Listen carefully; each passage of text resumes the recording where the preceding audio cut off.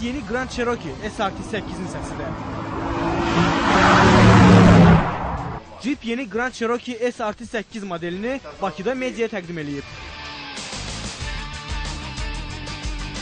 3 tona yaxın çəkisi olan bu nəhəng 100 km/saat sürəti cəmi 4,8 saniyə yığır.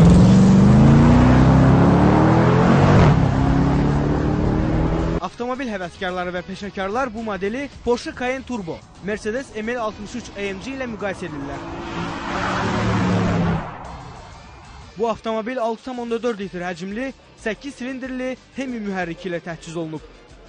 Mühərrikin yanacaq sərfiyyatına nəzarət edən MDS sistemi var ki, ehtiyac olmadıqda silindirlərin 4-ünü avtomatik şəkildə söndürür.